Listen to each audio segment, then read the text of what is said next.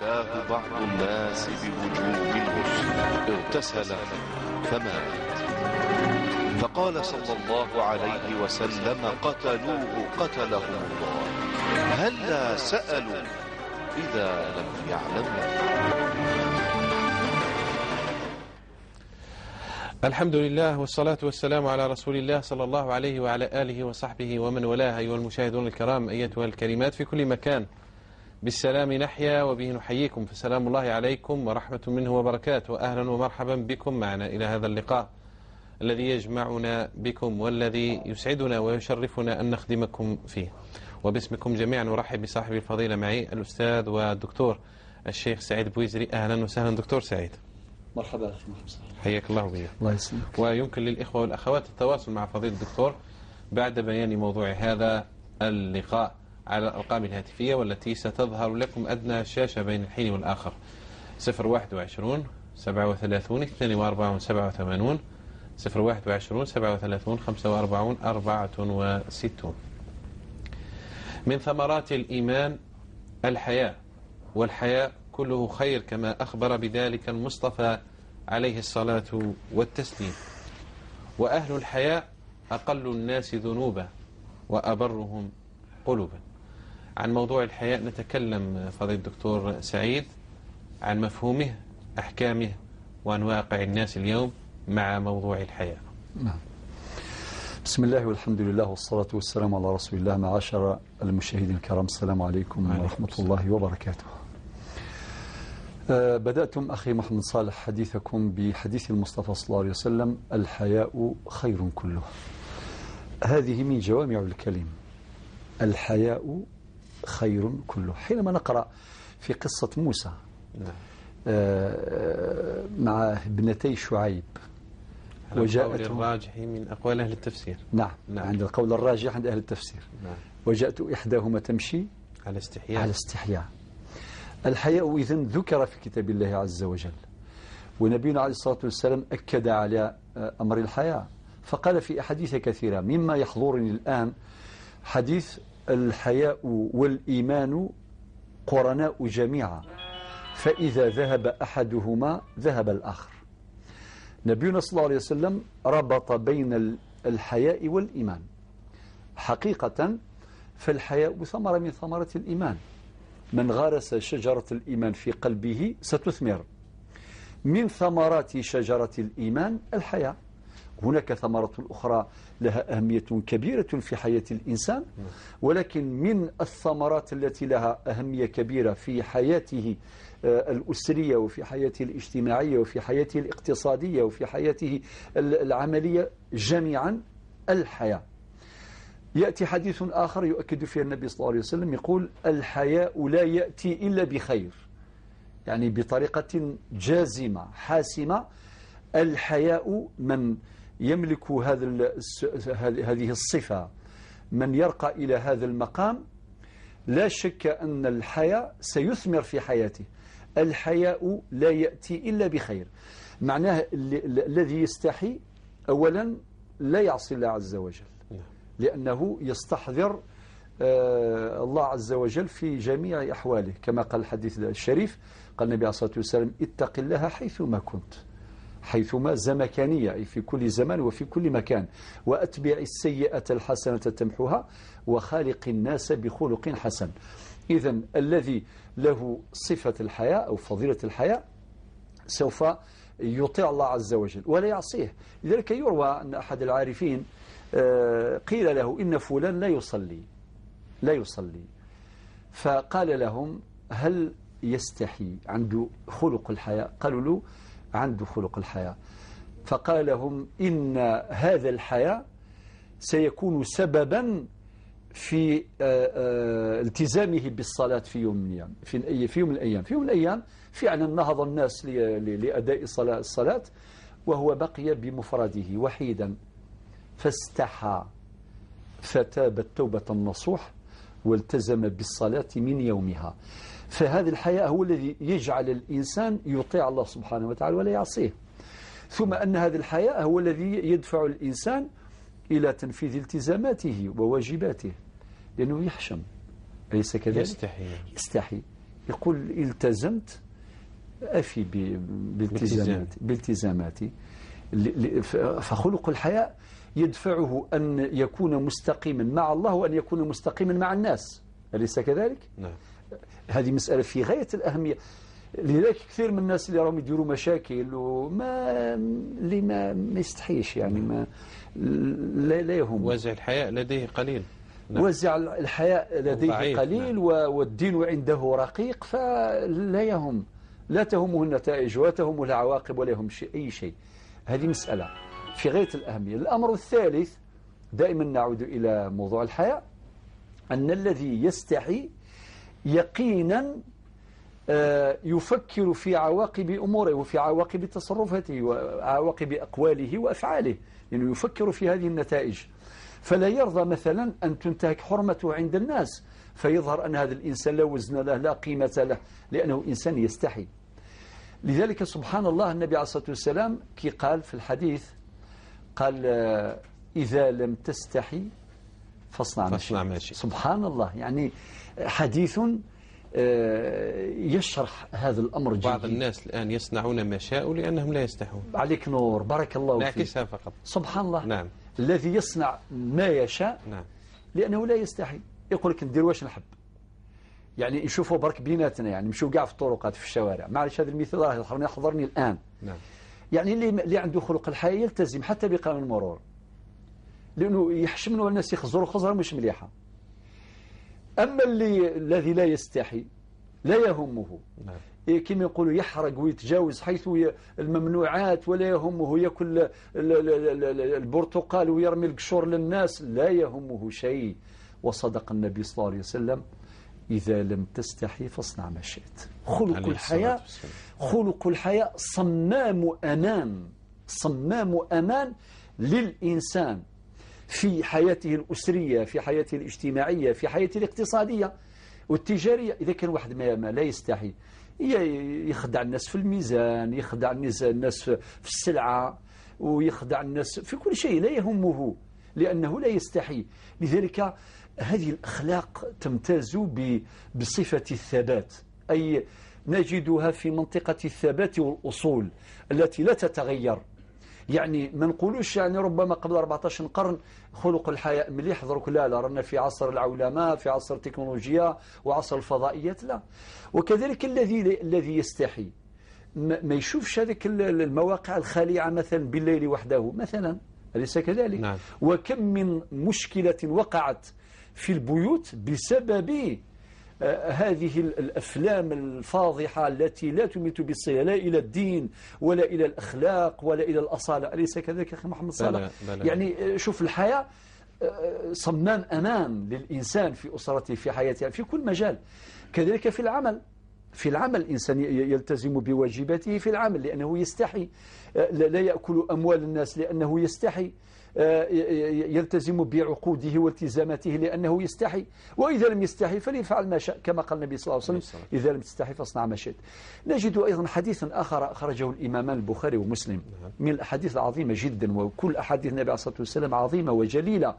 يقول: الإيمان 70 شعبة. هذه رواية الإمام مسلم. ورواية الإمام البخاري 60 شعبة، أعلاها لا إله إلا الله وأدناها إماطة الأذى عن الطريق. ثم قال: والحياء شعبة من الإيمان. سبحان الله، الحياء شعبة من الإيمان. إذن حينما استحضر هذه النصوص كلها، الإيمان والحياء قرناء جميعا، فإذا ذهب أحدهما ذهب الآخر. شوف هذه العلاقة الوطيدة بين الإيمان والحياء، باعتبار الحياء ثمرة من ثمرة الإيمان. كلما كان الإيمان قويا متجذر في قلب الإنسان كلما أثمر أخلاقا فاضلة، منها خلق الحياء. والحياء ولا يأتي إلا بخير. وحديث آخر: إذا لم تستحي فافعل ما شئت وفاصنع ما شئت، في رواية. وفي حديث آخر: الحياء خير كله. وفي حديث آخر: الحياء شعبة من الإيمان. كي يجمعوا كاع هذه الأحاديث نخرجوا إلى نتيجة مهمة جدا: الحياء صمام أمان في حياتنا ومعلم أساس في سلوكنا تجاه الله سبحانه وتعالى. فمن التزم خلق الحياء وصل إلى شاطئ البر والأمان، ومن لم يكن له حياء لا حول ولا قوة إلا بالله. الله المستعان وعليه تكلان. شكرا دكتور. إذا نبدأ مع الأسئلة الواردة للبرنامج. والتي تبقت من الأسبوع الماضي. الديون. أختنا عقيلة من العاصمة دكتور. إذن أختنا عقيلة من العاصمة قضية الطلاق. هي تقول أختي طلقها زوجها، قالها أنت مطلقة، كررها 3 مرات. نعم. في مجلس واحد، قالت منذ 6 أشهر، ولم تغادر البيت، بيت الزوجية، لم تخرج من البيت. يقول تقريبا هو نادم، وربما إن لم تخني الذاكرة نادمان في 2 يعني كونها لم تغادر البيت. هذه قرينة على نيتها في الاستمرار في الحياة الزوجية، وهو نادم كما سألت الأخت عقيلة. الجواب: الطلاق الواقع في مجلس واحد بعدة طلقات هو طلاق بدعي يقينا. الطلاق البدعي هو المخالف للسنة، لأن الله عز وجل قال: الطلاق مرتان فإمساك بمعروف وتسريح بإحسان. النبي عليه الصلاة والسلام بلغه أن فلانا طلق زوجته 3 طلقات، فغضب وظهر ذلك على وجهه، فقال: أيلعب بكتاب الله وأنا بين أظهركم؟ ثم تلا قوله تعالى: الطلاق مرتان فإمساك بمعروف وتسريح بإحسان. حفاظا على كرامة، هذه من مقاصد هذا الحكم المحافظ أو الحفاظ على كرامة المرأة. المرأة عندها كرامة. ما يجيش واحد يطلق 20 مرة، وكاين اللي زعف يطلق 30 40، وكان طول نهار يطلق. يعني كل هذه الصيغ وكل هذه الصور تعتبر صور للطلاق البدعي الممنوع شرعا، وصاحبه آثم. اللي يطلق هذا النوع من الطلاق آثم. مسيني ورقة زيت مطوطيس فريغام مسكامل قار فريغام واجي يخدم طلاق يخلف انت شرعيث يسعد نوف يرس ربي سبحانه عز وجل، آثم، وجي قانص طلاق بدعي. طيب، الآن نعود إلى سؤال الأخت العقيلة: هل هذا الطلاق يقع؟ الجواب: يقع، ولكن يقع طلقة واحدة رجعية، يعني كأنه طلقها طلقة واحدة. اتفقنا؟ الآن راهي بعد 6 أشهر، أنقل بكل وضوح: العدة الشرعية انتهت، لقوله تعالى: والمطلقات يتربصن بأنفسهن 3 قروء. على رأي المالكية والشافعية المقصود بالقرء الطهر، على رأي الحنفية والحنابلة المقصود بالقرء الحيض. فهذه من الألفاظ المشتركة التي تحتمل أكثر من معنى. إذن على فرض هؤلاء أو أولئك، هو النتيجة هي أن الطلاق، عدة الطلاق قد انتهت. مادام انتهت فقد بانت منه. ما معنى بانت؟ معنى أصبحت بائنة. طلاق أصبح بائن بينة صغرى. بمعنى يا الأخت عاقلة تخبري أختك مع المطلق نتاعها، قولوا الطلاق انتهى، أصبحت بائنة. ضرك مادام نادمين بغاو يكملوا الحياة الزوجية، واش يديروا؟ لازم فاتحة جديدة. نعم. بفاتحة جديدة ومهر جديد. يعني نقول فاتحة، مانيش نتكلم على العقد المدني أو العقد الإداري اللي موجود في البلدية عند الحالة المدنية. هذا لا، هذا لا يزال قائما، يبقى على حاله. يعني يبقى على حاله. هذاك وقتاش يفسخ؟ يوم أن يصدر الحكم القضائي من قاضي شؤون الأسرة، حينما يصدر حكمه بالطلاق خلاص في حدود تقريبا 10 أيام، هذاك الجوج نسخة من الحكم توصل إلى الحالة المدنية، يفسخ هذا العقد. ولكن الآن ما دام طلقهاش قضائيا، طلقها بطريقة شرعية، نقولوا إذن الطلاق قد وقع. إذ الآن يروح يخطبها من جديد، ويدير فتحة جديدة، ويعطي لها مهر جديد، ويكملوا حياتهم الزوجية. ولكن هو لازم يستحي مادام نتكلموا على الحياة أكيد باش ما يطلقش هذه الطلقات. لأنه اسمحوا لي، حتى ذكرنا الآن في موضوع الحياة أنه اللي يستحي لازم ما يخالف الشريعة هكذا. وهي طلق 20 مرة كما واحد طلق زوجته 33 مرة. يعني كي قلنا له لماذا؟ قال لك باش نبردها، باش يبرد قلبه. نعم. باش يبرد قلبه يطلقها. لماذا يبرد قلبه؟ على حساب الشريعة. هذا الجواب الأخت عقيلة. نعم. طبعا إذا كان في مكالمات الأولوية لها الأخ محمد صالح. لحظات قليلة ويرفع أذان صلاة المغرب بحسب توقيت المحلي للعاصمة الجزائر إن شاء الله. والأذان أذان أو ليس بعد. نعم. إذا نواصل دكتور لحظات قليلة فقط. نعم. خليفة من شلف. نعم، الأخ خليفة من شلف هذه من الأسئلة المتبقية سادتي نعم. الأفاضل، يعني بقوا من السمانة بالأسبوع اللي فات نجيب على هنا كما وعدناهم بذلك. كما وعدناهم، والوفاء بالعهد من الحياء إن شاء الله. خليفة من شلف. نفي بعد الأذان. نعم إن شاء الله. معذرة دكتور معلش. سعيد. إذا يرفع على ما سمعنا أذان صلاة المغرب بحسب التوقيت المحلي للعاصمة الجزائر وما قاربها من المدن. نردد سويا مع صوت المؤذن. الله أكبر الله أكبر، أشهد أن لا إله إلا الله،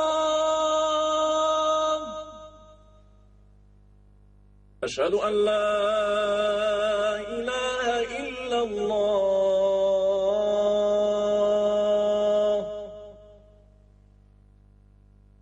أشهد أن محمد رسول الله،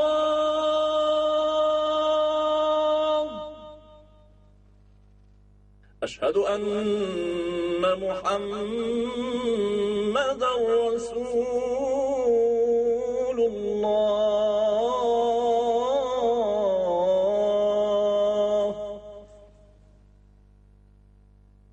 حي على الصلاة،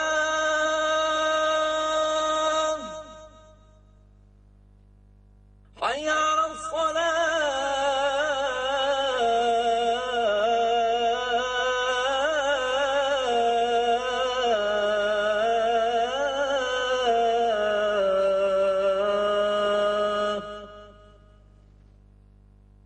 حي على الفلاح،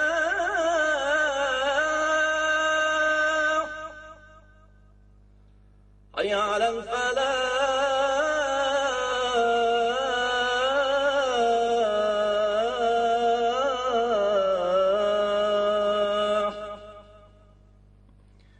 الله أكبر الله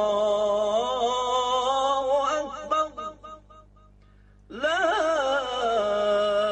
إله إلا الله.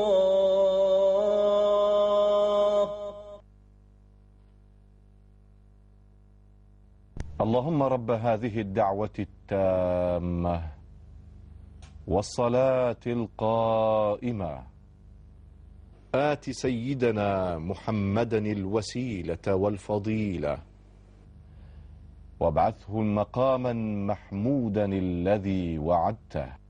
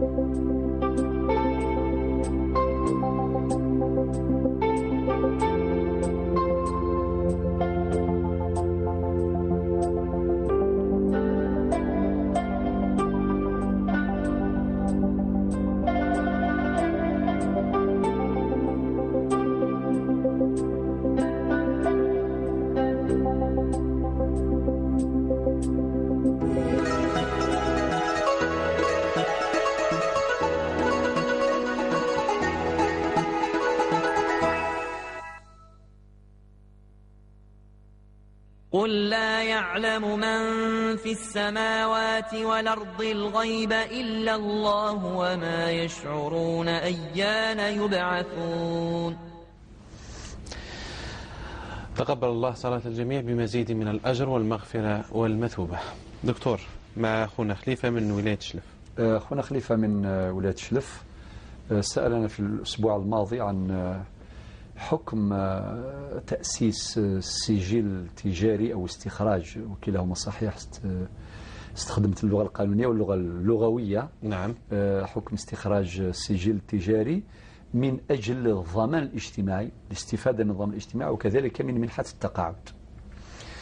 طبعا جوابي هذا يؤخذ في إطار ما لا يدرك كله لا يترك جله، لأنه هذا الموضوع يحتاج إلى محاضرة كاملة بالتفصيل.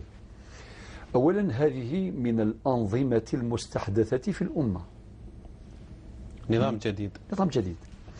وهذه الأنظمة الجديدة عندي فيها ملاحظتان. الملاحظة الأولى للأسف الشديد أن مصدرها لم يكن من حضارة الإسلام.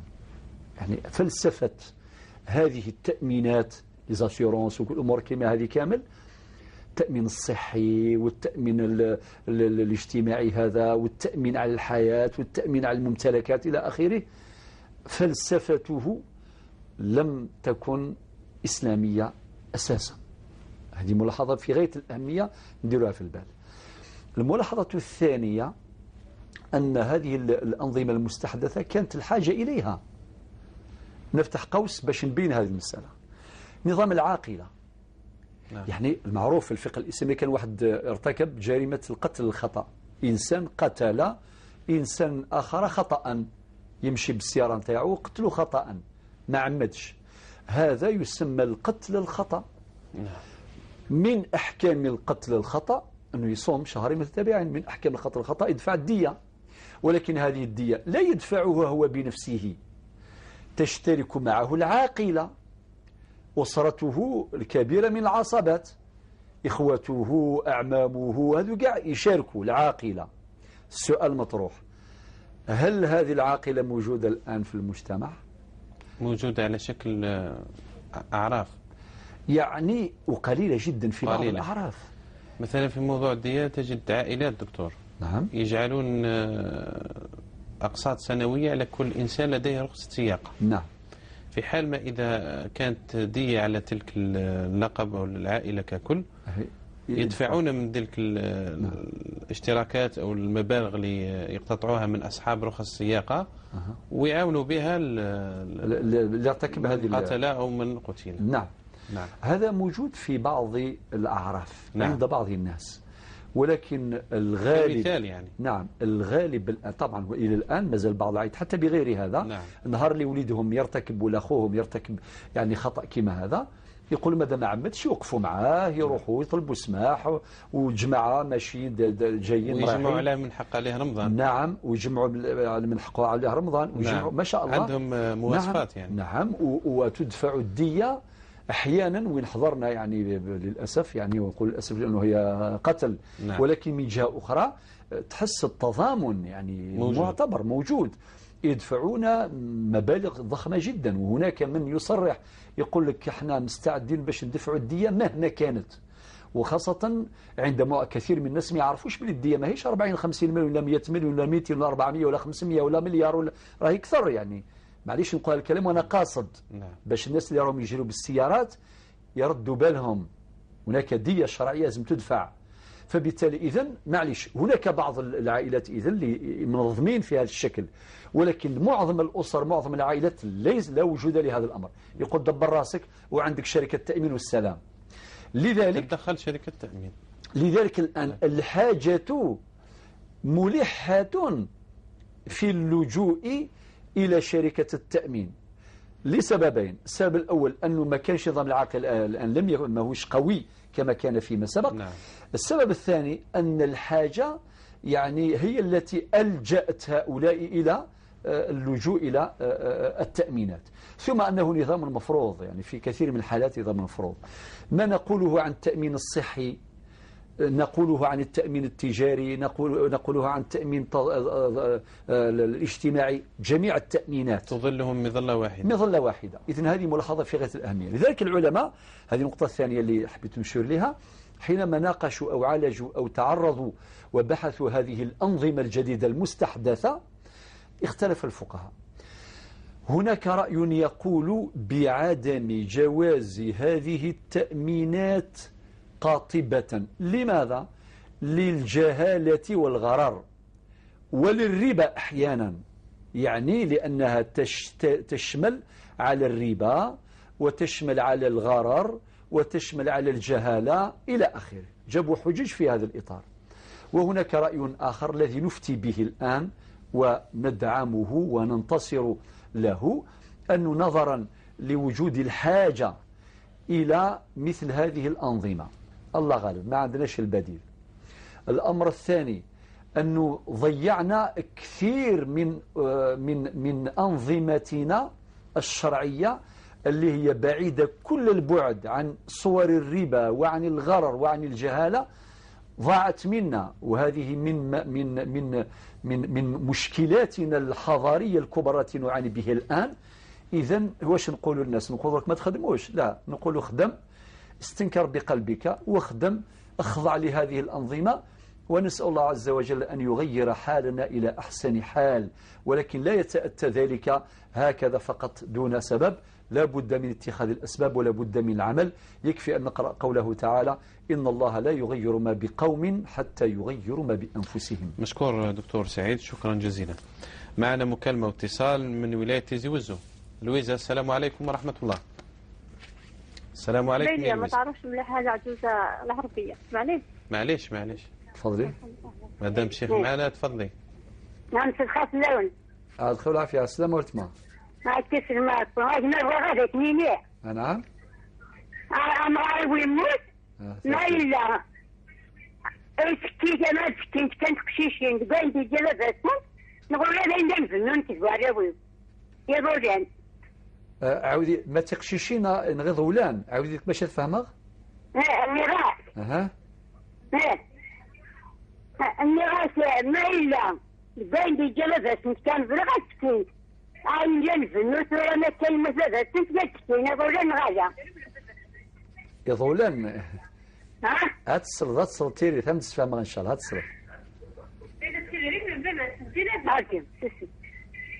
عين كلم فنون يموت. أين تفنوا من بعد الموتيس؟ من بعد الموتيس نفسين يقولون غاية.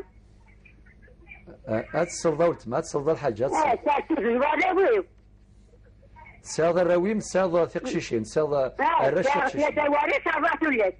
أيوة هتصل إن شاء الله. ما يخلينك. أكمل سلامة في الأمان الله. سلام ربي ذا المقرن. سلام ربي ذا المقرن. بارك الله فيك. شكرا، مع السلامة. مكالمة الموالية. نعم. إذن 021 37 42 87 أو 021 37 45 64، وستظهر لكم الأرقام بعد قليل. دكتور، معنا مراد من بومرداس أيضا ترك سؤاله. طبعا تواصلت معه بعد الحصة كما وعدته. الآن الأخ مراد بومرداس يسأل عن زكاة العقار. زكاة العقار. الجواب نجاوبك سي مراد بجميع الاحتمالات، نقصدك أنت ونقصد غيرك. يعني العقار فيه تفاصيل. كاين اللي يشري عقار بنية البناء، يعني يشري قطعة أرض باش يبني فيها. هذا إذا كان شرع 100 هكتار لا زكاة عليها أو لا زكاة عليه فيها، ما عندهاش زكاة. يعني هذه القطعة الأرضية أو هذا العقار ليس وعاء للزكاة. لماذا؟ لأنه اشتراه صاحبه بنية البناء، إقامة العمران، شرها باش يبني، أو شراه. إذن هذه نجيب كامل الصور باش يعني تتضح المسألة. جاب لي ربي هذه المسألة واضحة، هذه ما عندهاش زكاة. الصورة الثانية إذا كان شراها بنية باش يدير فيها فلاحة والحرث ويزرع هذه أيضا ما عندهاش زكاة، ولكن الزكاة تكون على الثمار فيما تخرجه، يعني عند الحصاد، النهار اللي يجمع القمح نتاعو والشعير وكذا إلى آخره شيء يجمعه، إذا كان تحقق فيها النصاب الشرعي تولي وعاء للزكاة، معنى على الثمار ماشي على العقار، ماشي على الأرض. متفاهمين؟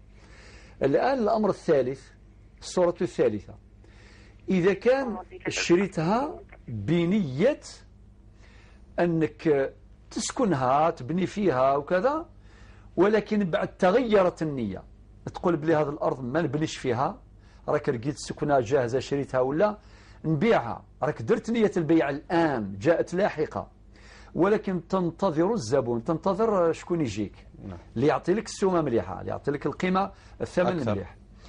هذه إذا بقات عندك 20 سنة لا زكاة فيها، ما تزكيش. اتفقنا؟ الصورة الرابعة والأخيرة، لو تأذن بعد المكالمة دكتور الله يحفظك حتى لا نفقدها. سيدة فاطمة من بشار. نعم سيدة فاطمة، السلام عليكم ورحمة الله. السلام عليكم. مرحبا. أنا عندي سؤال. نعم أسمع إليك، تفضلي. الوالدة تاعي عندها مورا العشاء، من تصلي العشاء دائما تخلي الوتر. سمعني من الهاتف يا فاطمة. تخلي الوتر. نعم. تخلي صلاة الوتر. إيه. وتصلي تقعد شوية قبل ما ترقد، باسكو هي مريضة ولا آخر، قبل ما ترقد تصلي شهور نافلة. نعم. 6 ولا 6 ركعات ولا 10 ولا من بعد تصلي الوتر وترقد. واش هذا فيه أجر؟ راه صحيحة هذه الصلاة نتاعها ولا ما هي صحيحة؟ هذا السؤال الأول. السؤال الثاني، كاين في حالة الصدقة، ملي تبغي تخرج صدقة على الأموات. نعم. كاين وين تخرج صدقة، تصدق على 100 واحد ولا تجمعهم كاع في صدقة واحدة؟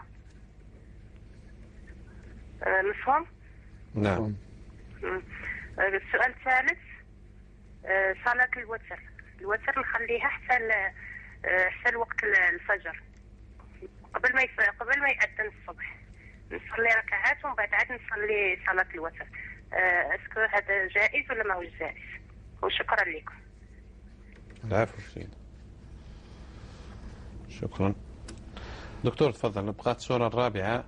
الصورة الرابعة في صور زكاة العقار. نعم، اللي يشري العقار بنية التجارة، شرى عقارات قطع أرضية، وطبعا العقار له قيمة دائما مرشح للزيادة.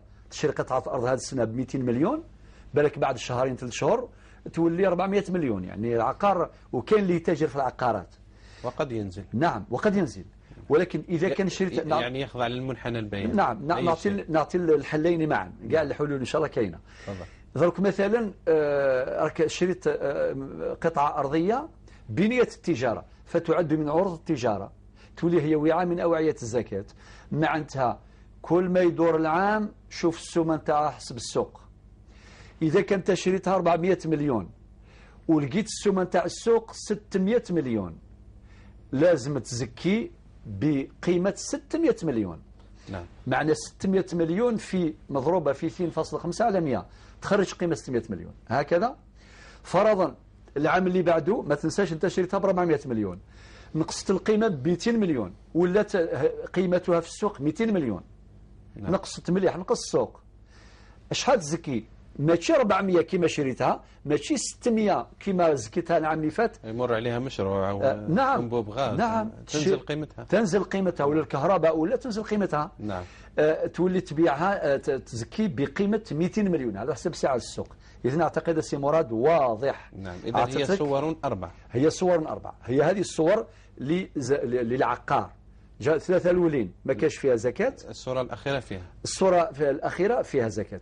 الصورة الثالثة اللي قلنا نهار اللي تبيعها، خاطر انت شريتها للبناء وبعدين غيرت النية لا تزكى، ولكن يوم بيعها كي تبيعها طبعا هذاك المال إذا كان حال عليه الحول تزكي. أعتقد الأمر واضح الآن إن شاء الله. يا سي مراد. عبد الكريم من عنابة. نعم. السلام عليكم. وعليكم السلام ورحمة الله. شيخ، بالنسبة للكلام بعد الإقامة، الكلام بعد الإقامة. نعم بعد الإقامة في الصلاة للمأموم. نعم واضح. والسؤال الثاني من فضلك الركوع دون الصف ثم السير والالتحاق بالصف. السير ل5 أمتار أو 6 أو 7 أمتار. نعم بارك الله فيك الأخ. فيك البركة يا سي عبد الكريم، شكرا. العربي من البويرة، السلام عليكم. عليكم السلام ورحمة. واشراكم أستاذ. أهلا ومرحبا. بخير. سلام يا سلمى. تفضل سيدي تفضل. لا بس الحمد لله. أسمع إليك تفضل. أستاذ حبيت نهضر مع الدكتور بوسعيد بوزري. راه يسمع فيك الدكتور. تفضل سي العربي تفضل. مساء الخير يا أستاذ. مساء الخير على السلامة. يمكن يلحو السي العربي سي لاكن تروج. مرحبا بك على سلامك. الله يسلمك. بسم الله. ألو. تفضل بسؤالك يا سي العربي، يعني نسمعوا فيك، يعني نسمعوا منك. فيه مكالمات بعدك يا العربي، الله يحفظك. تفضل. نعم. أنا يمكن سا بروبليم ديال الورثة. ذا شو البروبليم؟ تفضل. مادام تهضر من الحصة تهضر من في الأحياء. أيوه نعم. فوالا دونك يمكن يوم غار هذا يموت 2005. أها. من بعد كملت مار جمع 2013. أها. سقاسني راسك 2005 على جذر ضربهم بردات مثني وغنى اتفقن الجيختن. أها. ومفغاسنا مي واحد امواجين ومن بعد ثورة كدين وين اللعيبة فرقنا سن واحد سن كانوا تكي غاران كانوا اللي غاران. الله أكبر. أبين دي جادا ذات راه ندير بروبليم وغنمسك فين باجي رسم. ترى يمكن يسك ساعة الحق هذا الدكتور ناو ساعة غالا. أشو دي جاب ذاك؟ شحال ورثة؟ ثمثني شحال يدون؟ قرقازن جات 5 في الأول جات 3. يعني 5 قرقازن 5 قراش أكو 3 ولاش وي 3 ولاش وي 3 صلضة أجمع. أتصدي ثريث يعني تسمع الجواب بعد حين إن شاء الله. الله يبارك. شكرا سي العربي، بارك الله فيك. أم أحمد من فرنسا. نعم أم أحمد، السلام عليكم ورحمة الله. نعم تفضلي يا أم أحمد. عندي 3 سؤالات نقدر نسألكم عليهم. تفضلي يا أم أحمد. نعم. الأول كاينة واحدة هنايا توفى زوجها، وكي توفى الزوج تاعها هو خدام وهي خدامة. نعم. ومن بعدها قعدت تحوس في الأوراق في الدار، جات برقية فيها 1.5 مليون فرنساوي وفيها $700 دولار. نعم. وكاتب في هذيك البرقية كاتب هذه لمه. اسكي دوك راني نسقسي بكم اسكي تنجم تشدها، خاطر هي دوك يخرجوها من السكنه، عندها اليتامى معاها وراه ما عندهاش الزوج تاعها بزاف من مات. دوك اسكي تنجم تشدها وتخلص بها السكنه تاعتها باسكو كاريه ومش خدامه درك. وزايد عنده السؤال الزوج عنده مبلغ تاع دراهم بالك واحد 15 مليون فرنساوي ولا 16 مليون، ما عرفت كيمات، ما عرفت لا راه مخرج عليه زكاة ولا لا. دوكا تبحث على اوراق وتشوف ما عندهاش من تقصير راه مخرج عليه زكاة ولا مش مخرج. دوكا راهي شاكه، دوكا كيفاه دير، تخرج ولا ما تخرج؟ السؤال الثالث، انايا درت باراسيون في فرنسا، درت خطرتين الباراسيون، والطبيب اللي دار لي باراسيون قال لي نحوس على الكسكس بالروميه. اما لا درت له الكسكس، كي درت له الكسكس حطيته عند الخدامين تاعو. من بعدها لحق لي الوقت تاع الرونديفو، كي لحق لي الوقت تاع الرونديفو عطاوني هذاك المعين تاعي القش تاعي باش نجيبه. هو كيما ديت له الكسكس جاء حاشاك قال لي نسلم عليك. اما لا عاود طلبني درك، عاود طلبني على الكسكس، قلت له نعاود لك بصح نهار اللي طلبني على الكسكس، نهار اللي درت له الكسكس كي تفكرت بيسلم عليا طلبت ربي، قلت له يا ربي سامحني ما نعاودش خلاص. ايوا نهار اللي عاود درت عنده رونديفو عاود قلت له بلا كي عاود طلب على الكسكس قلت له ندير له. درك تفكرت بلي طلبت ربي يعني قلت له ما نعاودش، اسكي درك حلال عليا نعاود ندير له ونبعثوا له ونقول له ما تخمس معايا ما تسلم عليا، جايز لي ولا مو جايز لي. يرحم والديكم ونصحوني، راني خايفه بزاف راني خايفه ياسر من جهه ربي. ما تخافي. وعندي ولادي ثاني يسمحوا لي، عندي ولادي وعندي بناتي راهي متخابطه انا وياهم على الصلاه. ملي كانوا صغار كانوا يصلوا، وكي كبروا عادوا خطرات يصلوا خطرات ما يصلوش. راني خايفه من جهه ربي بزاف عليهم وخايفه على روحي. وجزاكم الله خير، جزاكم الله خير، وربي يعاونكم ان شاء الله ويعجل كل شيء ميزان الحسنات. وانصحوني ان شاء الله، انصحوني نريح شويه في الضمير تاعي. والسلام عليكم. ان شاء الله تريحي مع بعد الفتوى نتاع الشيخ ان شاء الله. أسماء من فرنسا. نعم. السلام عليكم. وعليك السلام ورحمة الله. عندي سؤالين. تفضلي يا أسماء. أنا خدامة الصباح. نعم. والفجر صلاة الفجر يحكمني في البيس. نعم. وبعض كي سقسيت الأئمة هنا في فرنسا سقسيت دوك جايز لك تصلي في البيس، واخرين يقولوا لي ماهوش يجيز لك. نحب تجاوبوني على هذه. وعندي السؤال الثاني. نعم. السؤال الثاني فضلي. عندي ذهب، اسكو نخرج عليه زكاة ولا لا؟ خاطر كي سقسيت في الجزائر قالوا لي ما تزكيش عليه، درتيه لللبسة. نعم. ونحب تقولوا لي نخرج عليه ولا لا؟ واضح ان شاء الله. هذا ما كان. شكرا أسماء. السلام عليكم وبارك الله فيكم في هذه الحصة هذه. الله يبارك.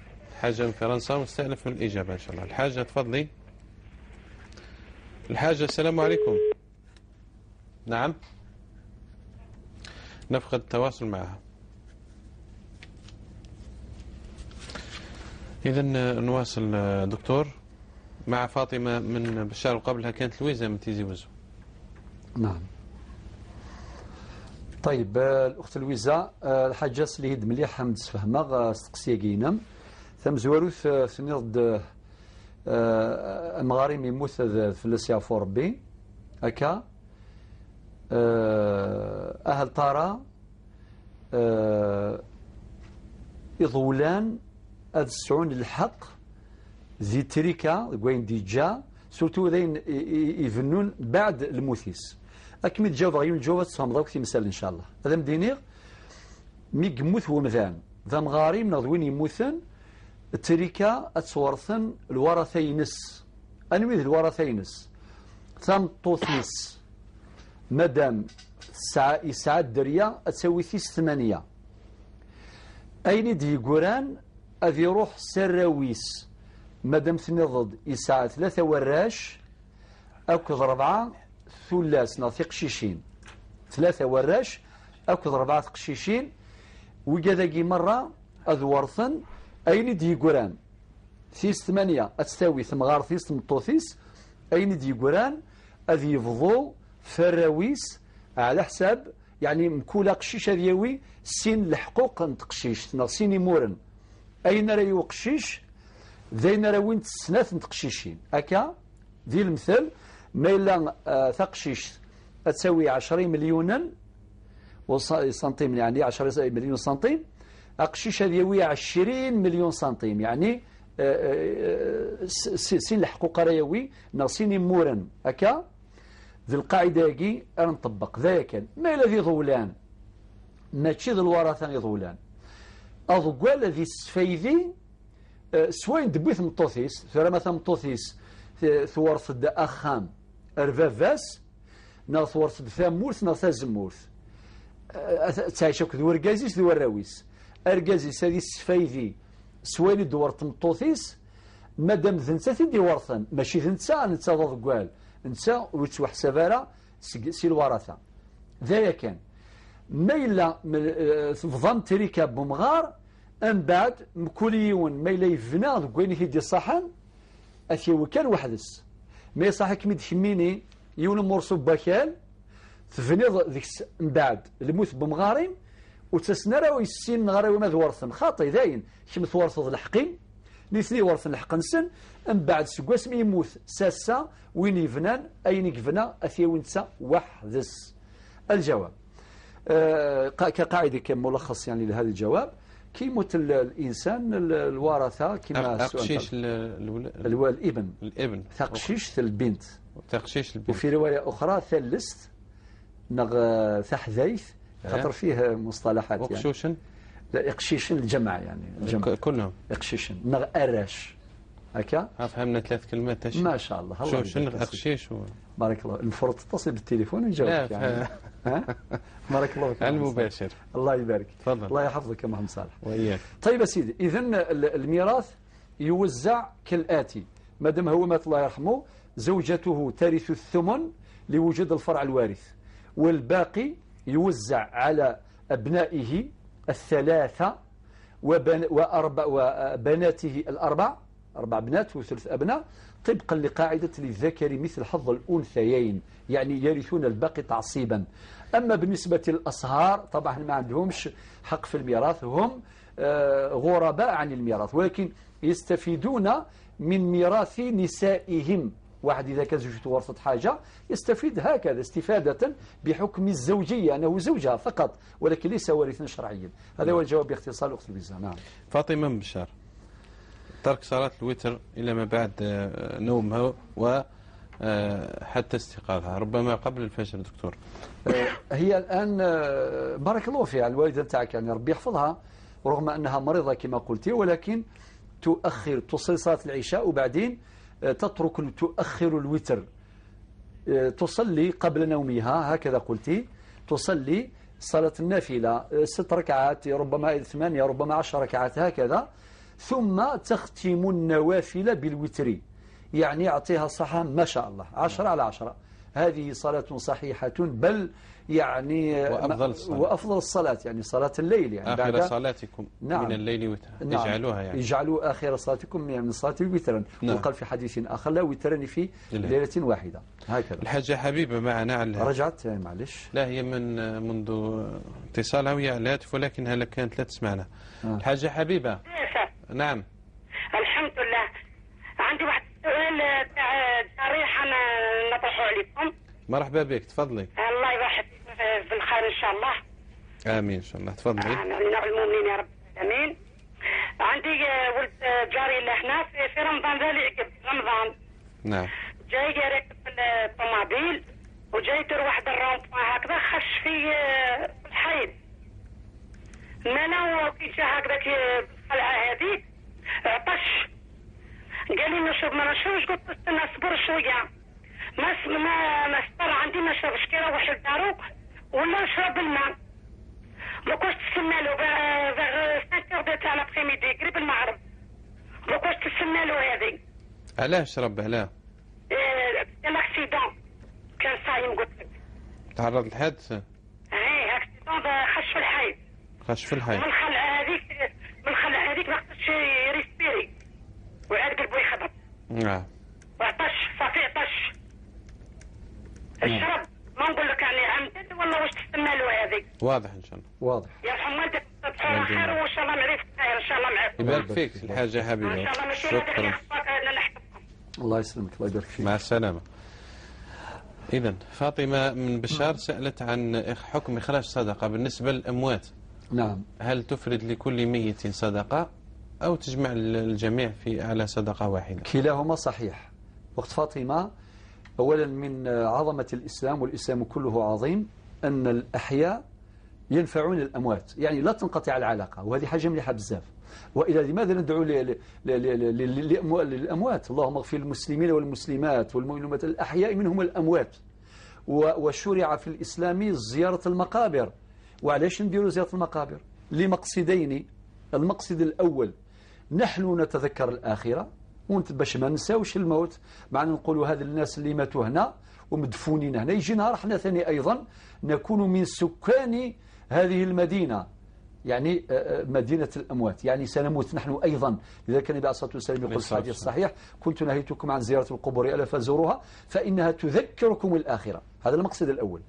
المقصد الثاني، ندعو لهم كي نوصلوا ثم، ماشي ندعيو غير الأقارب نتاوعنا، الأجداد نتاوعنا وجدتنا وأبائنا، لا، ندعيو للجميع، لأقاربنا ولأصدقائنا ولجيراننا ولسكان هذه المدينة، يعني لأولئك الأموات. ويكفي أن نقرأ قوله تعالى في القرآن الكريم: ربنا اغفر لنا ولإخواننا الذين سبقونا بالإيمان. معنى حتى الذين ماتوا من إخواننا، خاطر كان الأخوة في الدين، ربي قال إنما المؤمنون إخوة، الحسن البصري الله يرحمه كان واحد يقول له روح تصلي روح تصلي، وهذاك الإنسان قال له كي نصلي يا أخي ننفع روحي؟ قال له تنفع روحك وأنا أستفيد أيضا. قالوا أنا رابح أيضا كي تصلي أنت أنا أستفيد. قالوا كيف تستفيد؟ قالوا كي تصلي وأنت في التحيات واش تقول؟ والسلام علينا وعلى عباد الله الصالحين. أنا أستفيد. نعم. وكذلك كي تقرأ قوله تعالى ربنا اغفر لنا ولإخواننا الذين سبقونا بالإيمان. إذن يا الأخت فاطمة أنه واحد كي تصدق للأموات يا إما يفرد بنية واحدة، قال مثلا يتصدق مبلغ معين أو عقار أو شيء على روح فلان، والنية محلها القلب، يقول على بابا على إما على جدي على جدة على إلى آخره. أو يعني يدير نية جامعة، يقول على جميع أجدادي وجداتي وأعمامي وعماتي وأخوالي وخالاتي، وسع، خاصة كي يكون الله يبارك صدقة كبيرة وسع. فبالتالي ممكن يجوز أيضا أنك تدير نية جامعة لكل من نويت، والعبرة بالنية كما قال النبي عليه الصلاة والسلام إنما الأعمال بالنيات، والنية محلها القلب، ما هوش حتى تكتبهم بأسمائهم، محلها القلب. هكذا وتصل إن شاء الله. بالمناسبة أخي محمد من الأوقاف الممتازة يعني، وإن شاء الله تكون عندنا في بلادنا، دير الوقف على الوالدين، الوقف على الأجداد، الوقف هكذا. نعم. سبحان الله، وبطريقة يعني تستميل قلوب الناس. نعم. وقف الوالدين، الوقف الوالدين. نعم. سبحان حاجة مهمة جدا يعني، إن شاء الله يكون هذا الخلق يعني موجود عندنا، باش واحد ما ينساش والديه وما ينساش الذين سبقونا إلى دار القرار. رحمة الله على أموات المسلمين جميعا يا رب. صلاة الوتر إلى الفجر تأخيرها دكتور. ممتاز. نعم. اصنعي كما كان يصنع عمر بن الخطاب، يعني هذه من العزيمة أنك تنوضي قبل الفجر ما شاء الله وتصلي ما تيسر. صلاة في السحر في هذاك الوقت يعني صلاة لها أجر عظيم عند الله عز وجل.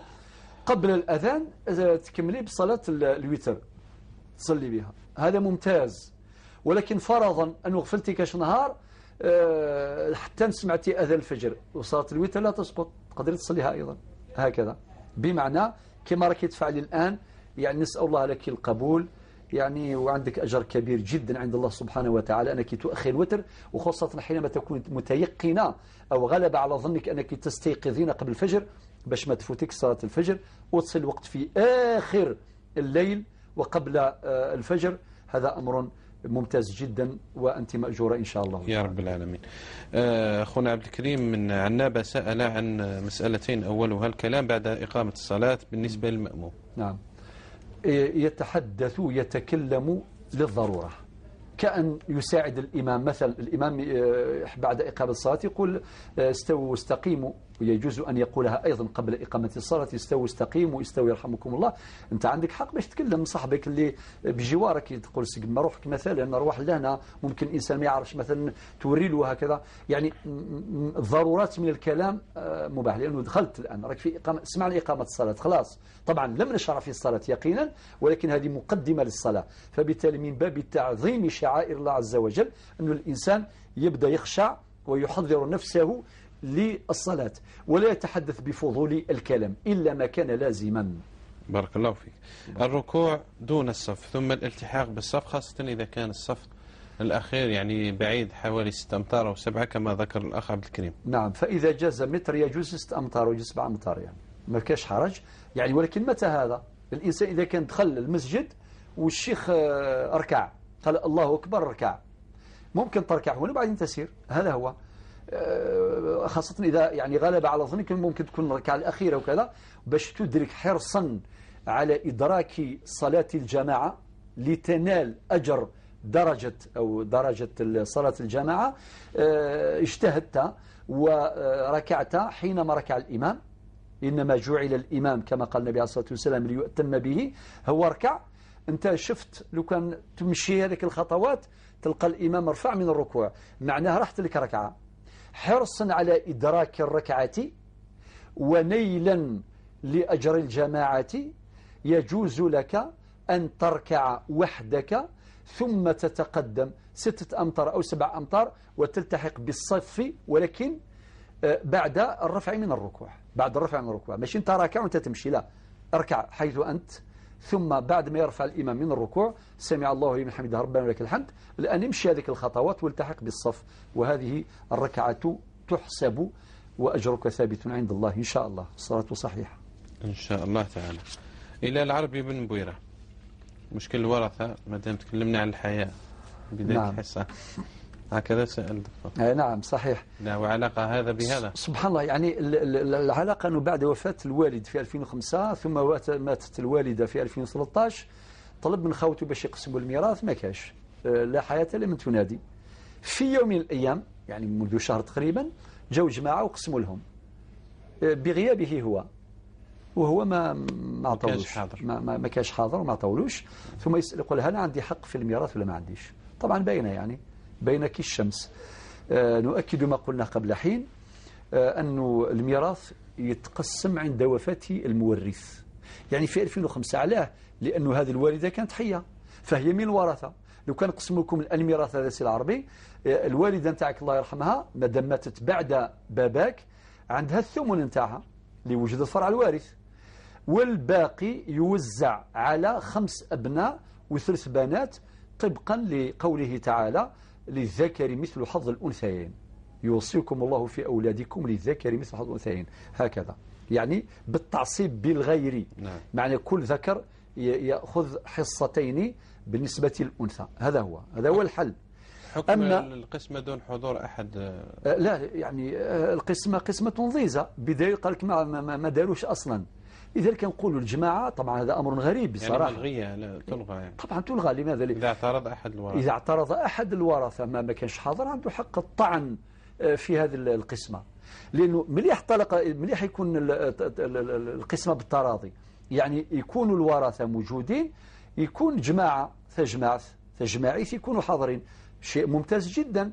هذه تسمى القسمة بالتراضي لا بالتقاضي، يعني بلا ما تروحوا المحكمة توزعوا الميراث نتاع باباكم وكل واحد يصرح بما لديه من مال إذا كان في حوزته مال. هذه مسألة مهمة، معنى كل وارث يقدم هذا عنده دراهم، هذا عنده سيارة، عنده كذا، قال ها واش خلى الوالد نتاعنا، نقسموه على حسب الفريضة الشرعية وبحضور الجماعة بحضور الشهود. هذا أمر ممتاز جدا بلا ما تروح المحكمة بلا. ولكن إذا وجد هناك خلاف أو نزاع أو إذا اعترض أحدهم أنا يجوز لك أن تلجأ إلى المحكمة لاستصدار حكم من المحكمة يقضي أولا بتعيين موثق، وهذا الموثق يحرر فريضة، وكذلك بتعيين خبير عقاري من أجل تقديم مشروع قسمة لهؤلاء الورثة. طبعا هناك إجراءات قانونية يعني موجودة في هذا الباب. هكذا استقبالي معليش نترجم السؤال القبيلية أسئلة عربي أكي مشاكين ثورة باباك في السافور بمثل 2005 ذي الوقت اللي كان دي جاي ماك تسعى لحقة تورث في 8 تيدي صحن ذي الشرعيث ذي الشرع سيدي ربي أين دي يقران أتورث كل ذي 5 وراش أكو 3 حذايين 3 قشيشين صافية تورثم مكول قشيش أذياوي دوبل تقشيش، يعني سين الحقوقنا سين مورن ميلة تقشيش مثلا ثيوي 5 زمرين أقشيش ذيوي 10 زمرين، ميلة قشيش ثيوي 100 متر أقشيش ذيوي 200 متر بوكال أكا. طيب ولكن ثنيض باللي ثنيض السن وقفين نارا بعد وندي تجماعي ثم بعد نجمع واحد سن فضان واحد سن وكتفكي نارا لا أين خدمناك يفطل أين خدمناك على حسابك هذا نضيك مال عربي يفطل ساد الحق تصهر تجماعي ثمنين أتشتخيض السنظ كان دايلا الحقيو إلا قد تعوذم والحضراء وداسن وياض هذا الحضر وياض ربما أكون دي عيونا باش تفضوم سلخير استجمات أتسم خالف مرة، ولكن يبدو على سبكة النير من بيناتهم صار نزاع يعني بعد هذه القسمة. فإذا كانت قسمة غير عادلة أكيد يعني يكون نزاع بيناتهم، لأنه يقينا وراهي البركة مادام ما كانش البركة يظهروا خسار. لذلك وكذا في ذلك ما قفلا أتمليلم باش تفروم ثالث ثنوان استجمات وتفضم ثمورث ثزمورث ذي ذريمن باش تفضطوا مارا أي نور فطون مدن ثاجمات وتفضطوا نارا مدن فطون ثمورث تزمورث، ولكن ثاجمات وتفضطوا نارا الخير ربح ما إلا ثغنا كافريد وفغينا تجمعتنا الخير تجمعت الخير ذاكي يجوز أتروح غير القانون غير القاضي ذينا القاضي أكون يفضو على حساب الشرع النبي صلى الله عليه وسلم. نعم. عليه الصلاة والتسليم. سؤال موالي لأم أحمد من فرنسا. امرأة مات زوجها وكان عامل ووجد في أوراقه مبلغ من مالي، ومع هذا المبلغ مكتوب عليه هذه أمانة لأمي. نعم. كيف تتصرف؟ الله أكبر. هذه يا أختي أم أحمد ركزي معايا مليح. لقيت برقية مكتوبة هذه أمانة لأمي، لازم توصلها الأم.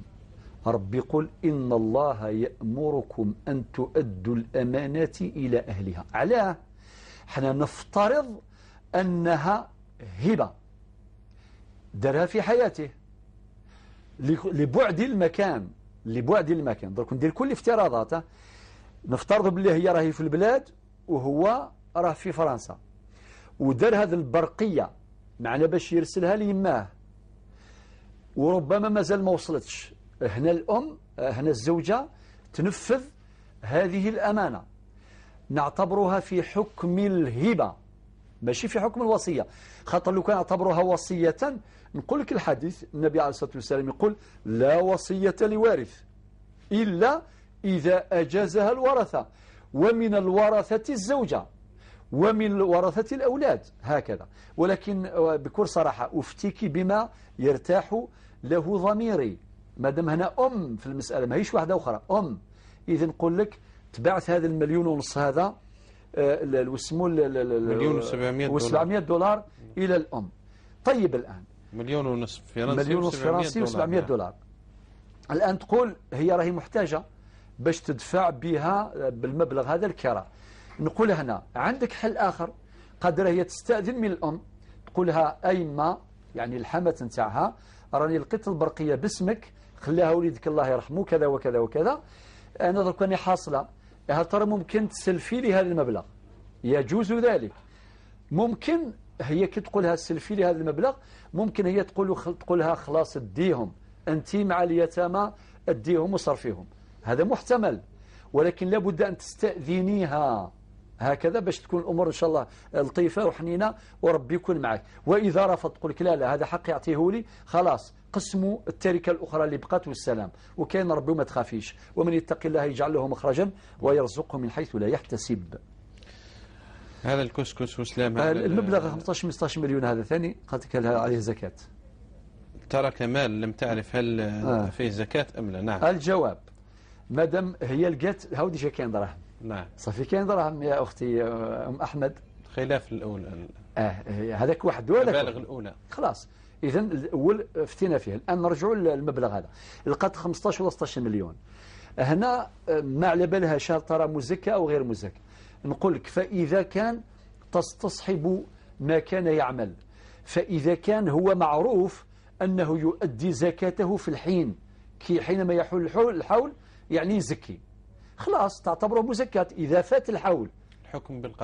الحكم بالقرينة.